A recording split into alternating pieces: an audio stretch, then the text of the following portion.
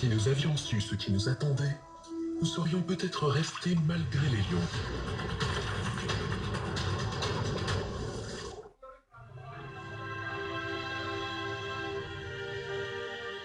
Pour la première étape de notre voyage vers les marais mouillés, nous devons passer par les herbes sèches et les zones boisées qui bordent notre territoire. C'est notre dernière chance d'engranger la moindre nourriture.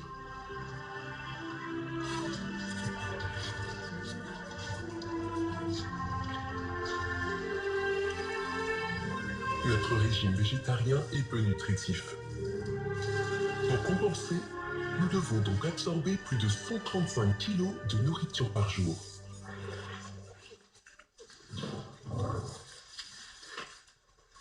Pas besoin de main quand on peut manger avec sa trompe. Grâce à quelques 40 000 muscles et tendons, ainsi que des extrémités aussi agiles que des doigts, elle nous permet de cueillir délicatement une fleur ou d'arracher un arbre.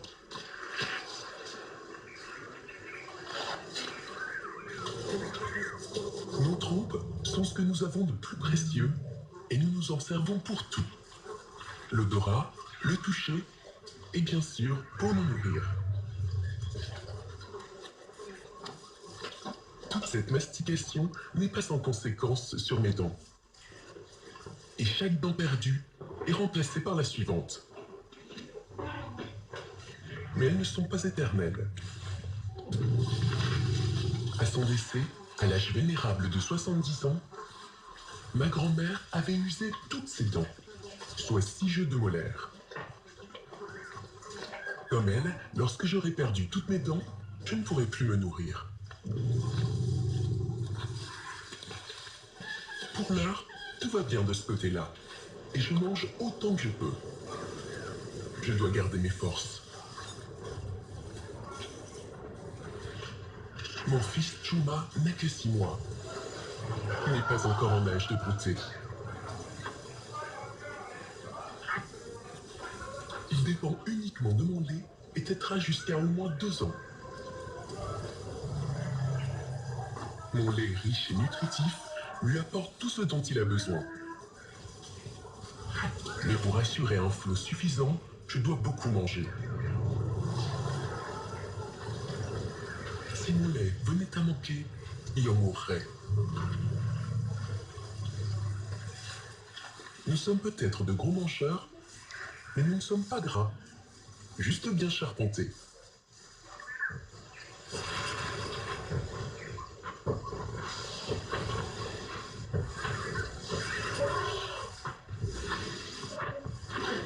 Aussi énormes que nous soyons, nous sommes incroyablement agiles et nous avons le pied sûr.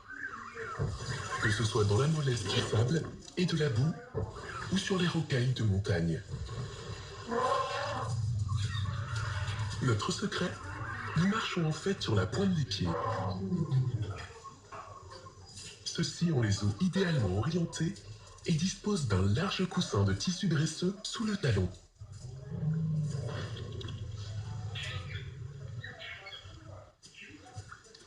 Cet amortisseur moelleux nous permet d'encaisser un poids total de 7 tonnes.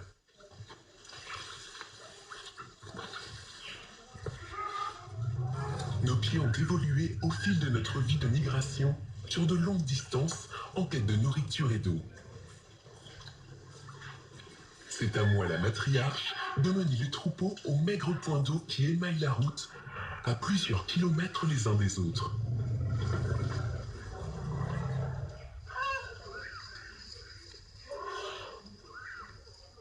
Je me fie à ma mémoire, à mon instinct et à la faible trace olfactive de l'eau pour évoluer dans ce dédale de petits chemins, écumés par des milliers de pieds de pachydermes à travers les siècles.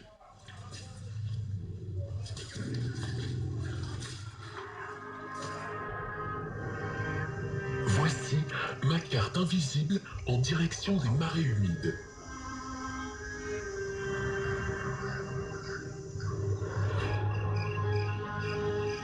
Une carte mentale qui relie chaque trou d'eau à travers le paysage changeant. Si nous dévions notre trajectoire, nous risquons de manquer une étape cruciale. Et si nous sommes trop lents, les cours d'eau risquent déjà d'être secs.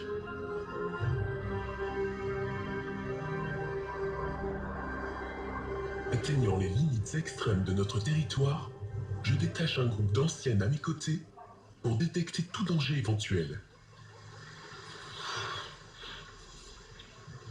Je repère une odeur familière. L'évolution nous a dotés du plus long nez de la nature et du même coup d'un odorat exceptionnel. L'air que je filtre à travers ma trompe et au niveau de mon palais me permet de détecter l'odeur lointaine de la terre mouillée à 20 km de là.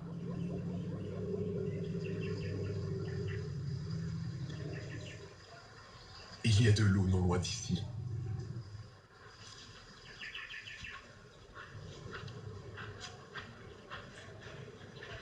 C'est peut-être notre dernière chance de boire à notre soif avant les terres inondées.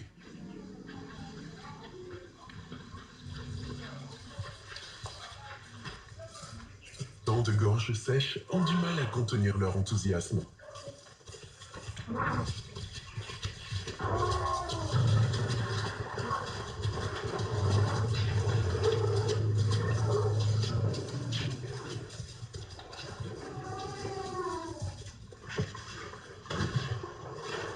Pour bénéficier de l'eau la plus pure, nous écumons délicatement la surface, aspirant plus de 7,5 litres d'eau à la fois avant de l'expulser dans nos gueules.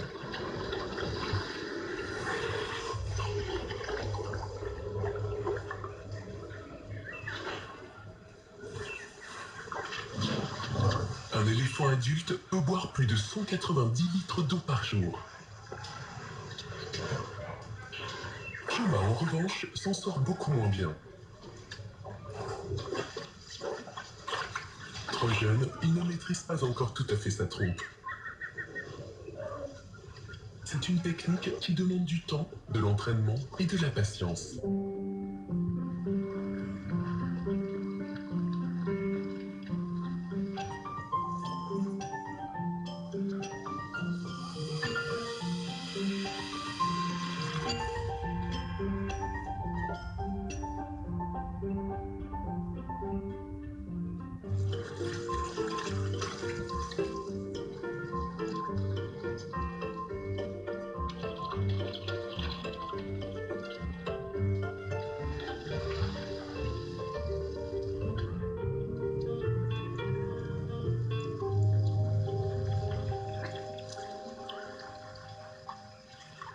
Chuma finit par renoncer et opte pour une approche plus radicale.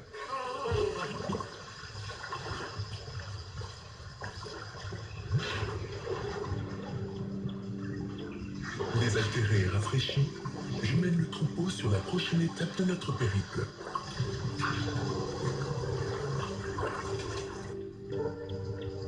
Si nous avions su.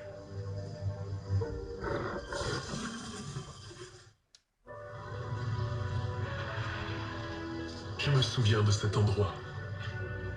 Les arbres squelettiques, le silence inquiétant et l'inébranlable sensation d'être observé. Nous sommes arrivés dans la forêt morte.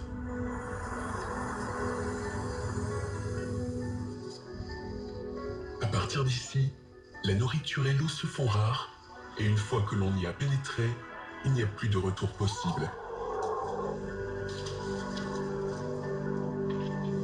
Il nous faut être vigilants. On sait que les lions fréquentent les lieux. Par mesure de protection, les femelles dominantes et moi partons en amont, tandis que Chuma et les autres jeunes restent au milieu, les anciennes sur les flancs en couverture.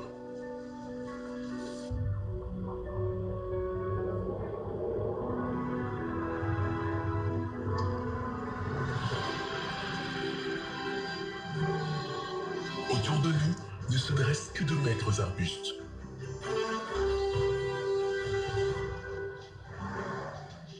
Le manque d'ombre et d'eau rend les 38 degrés ambiants insupportables. Surtout pour les plus gros mammifères terrestres.